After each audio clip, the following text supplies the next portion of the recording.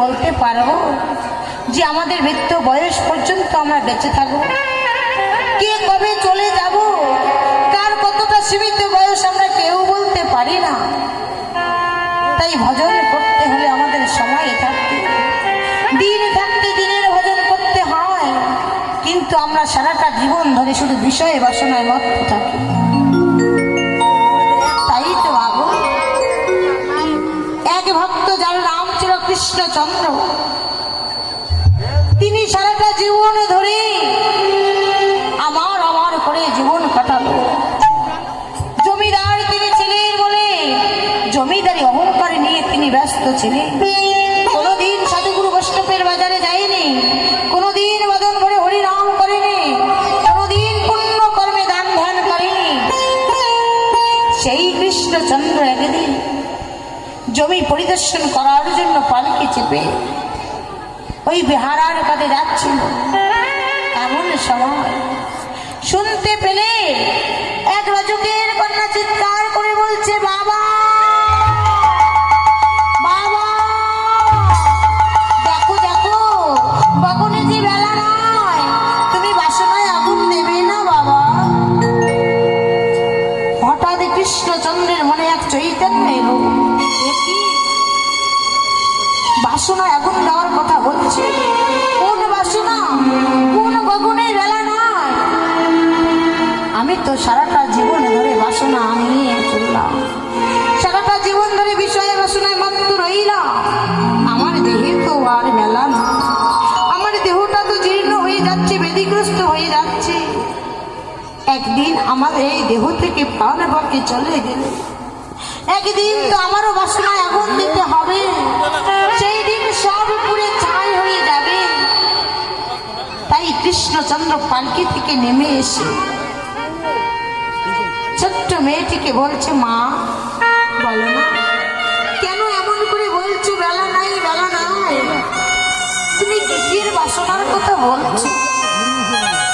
ছোট্ট মেয়েটি বললেন, বাবুজি, আমরা তো জাতির ধোপা, তাই ধোপার কাজ হচ্ছে কাপড় পরিষ্কার করা। তাই আমার বাবা গিয়েছে ওই নদীর ঘাটে কাপড় পরিষ্কার করার জন্য। আর পরের দিন আমাদের বাসনা লাগবে, শুকনো ঢেকি গাছ, কলা গাছ পুড়িয়ে ভস্ম তৈরি করি। আর সেই ভস্ম ধৌত জলকে আমরা বাসনা বলি। সেই বাসনা দিয়ে কাপড় পরিষ্কার করি। তাই গগনে তো বেলা নেই, তাই আমার বাবাকে ডাকছে। যখন এমন করে বলছে, যতই শুনুক না কেন, কিন্তু এই যে একটা অর্থ চৈতন্য হলে কৃষ্ণচন্দ্রের হৃদয়, তিনি বললেন, মা তুমি বড়ই ভালো মেয়ে, বেশ, তোমার কথা শুনে আজ যেন আমার হৃদয়টা কেঁপে উঠল, হৃদয়ে মাঝে যেন অর্থ চৈতন্য এলো। বেহারাকে বলছে, বেহারা, আজ আমি জমি পরিদর্শন করতে যাব না, কেন যিনি আজ আমায় ভালো লাগছে। তাই কৃষ্ণচন্দ্র কি করলে, তিনি ফিরে গিয়ে নিজ ঘরে চলে গেলে। আর পালকিতে তিনি জমি পরিদর্শন করতে গেলেন। নিজ ঘরে গিয়ে আর এক দৃশ্য দেখতে পেলেন। তার বাড়ির কাজের মেয়ে, যার নাম হচ্ছে সুমতি, সেই সুমতি কৃষ্ণচন্দ্রের স্বর্ণ বিছানায় শুয়ে শুয়ে হাসছে। অহংকারী কৃষ্ণচন্দ্র তিনি চিৎকার করে বললেন, সুমতি, তুমি কেন আজ ওই আমার স্বর্ণ বিছানায় শুয়ে শুয়ে হাসছো? তুমি তো একটি কাজের মেয়ে, কাজের মেয়ে হয়ে সোনার বিছানায় শুয়ে শুয়ে হাসছো, এত বড় তোমার সাহস? হঠাৎ সেই সুমতি হাউ মাউ করে কাঁদছে।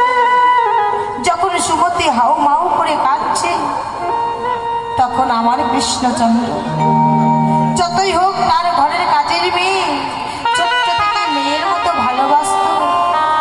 তাই তার মনে একটু করুণা এলো। সুমতি, তুমি কাঁদছো কেন? আমার কথায় অভিমান করলে? না না বাবুজি, তোমার কথায় আমি কোনো অভিমান করি, তবে কাঁদছো কেন? কেন কাঁদছি জানো? জানি না তুমি আগের জন্মে কত ভালো কর্ম করেছো, কত দান ধ্যান করেছো,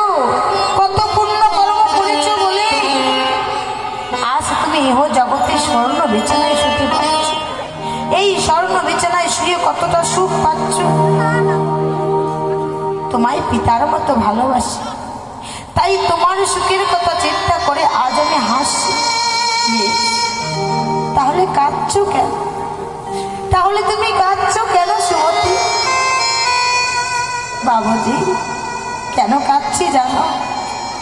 তুমি আগের জন্মে ভালো কর্ম করেছো বলে এহ জগতে সুখে জীবন ধারণ করছো, কিন্তু তুমি তো এহ জগতে এমন সুন্দর সুখে বাস করেও তুমি কোনোদিন পুণ্য কর্ম করছো না, কোনোদিন ভজন সাধন করছো না, কোনোদিন সাধুগুরু বৈষ্ণবকে সেবা দিচ্ছ না, কোনোদিন বদন ভরে হরি নাম করছো না।